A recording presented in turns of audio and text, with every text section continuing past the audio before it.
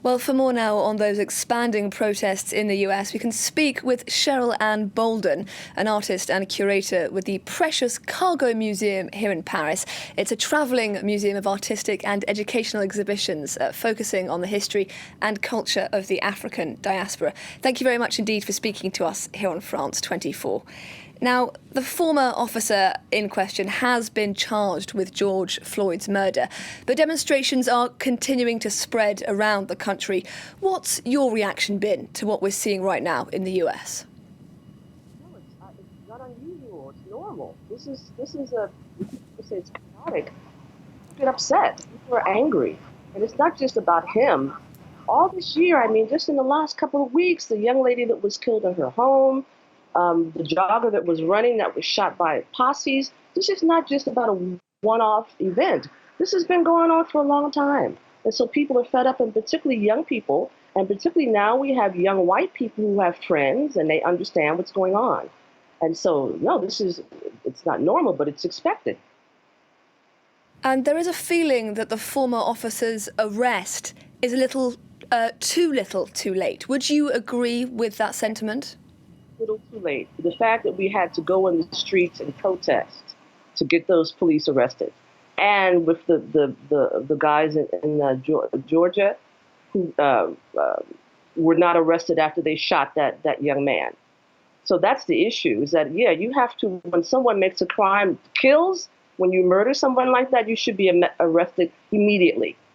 So that's the issue. Is that we have racial injustice in our justice system. It's not correct.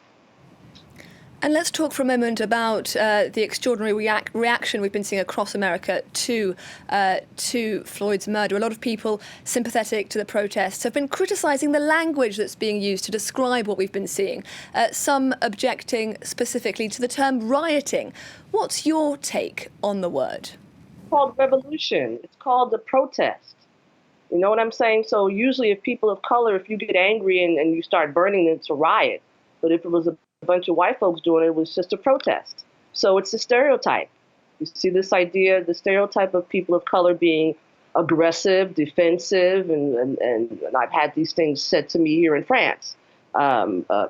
So the idea is that anytime, I was 10 years old in the riots in 1967, and this idea of animals burning down their property, people get angry. And so it is chaotic. It's very bad. It's very negative, but it's a reaction. No, it's not rioting. It's called revolution, and it's called protest. And of course, within that, you have people who do want to cause problems. But in general, when people are protesting something that they feel strongly about, they have a right to do that.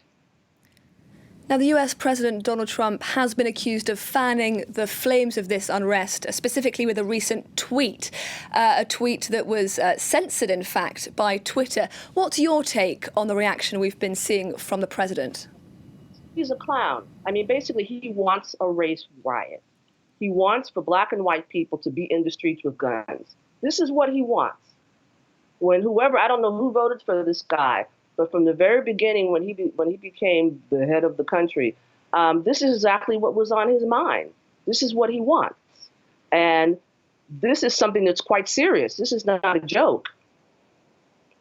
So no, I think but the fact that he gets away with it, again, this idea for me, it's white privilege. He can do and say whatever he wants. If Obama would have said something like that, there's no way that Obama would say that. There's no way. And Obama's Vice President Joe Biden has spoken recently, speaking of what he termed the open wound of racism in the US.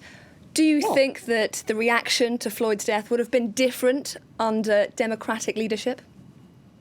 No, it doesn't matter if it's Democratic. It doesn't. It's again the criminal justice system. You can have a Democratic president, and you still have police killing people of color with no impunity and not going to jail. So I don't even think it's a matter of the politics anymore. It's about the history of the country. People need to learn their history.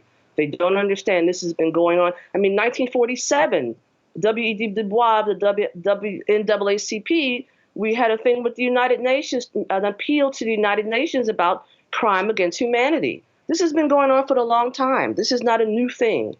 So people are just finally fed up, and now that you can see it, on camera.